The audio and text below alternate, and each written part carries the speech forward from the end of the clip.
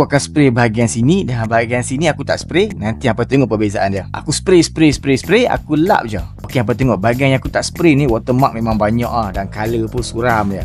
Okey, bahagian yang aku dah spray ni watermark pun tak nampak, warna dia pun naik weh. Ini barang memang function lah. Okey weh, hampa nak bagi cat kereta hampa naik balik macam cat baru. Lagi-lagi yang kereta lama macam kereta aku ni, so hampa tak payah nak pergi bucat, nak pergi polish wax yang habis beribu-ribu tu. Kalau hampa nak pergi buat tu pusat, hampa try dulu spray nano coating ni weh. Selain daripada nak menaikkan warna cat kereta kita, dia juga boleh menghilangkan calak-calak kecil, hilangkan watermark dekat cermin kereta kita. Dan yang best juga dia ada protection untuk UV dan untuk habuk, pasir ke apa semua ni. Dia akan protect kita punya cat kereta supaya tahan lebih lama. Dia lasting dekat kereta kita selama 6 bulan tau. Bagi aku spray nano coating ni macam semua dalam satu lah. Benda yang mudah, murah dan berkesan ni tu ada. Tak payah pergi cari yang susah, mahal pula tu. Biar apa pun hampa try dulu spray nano coating ni, sebab serius weh hampa takkan menyesal. Okey, untuk belian link aku dah sediakan. Lagi banyak hampa beli, lagi murah.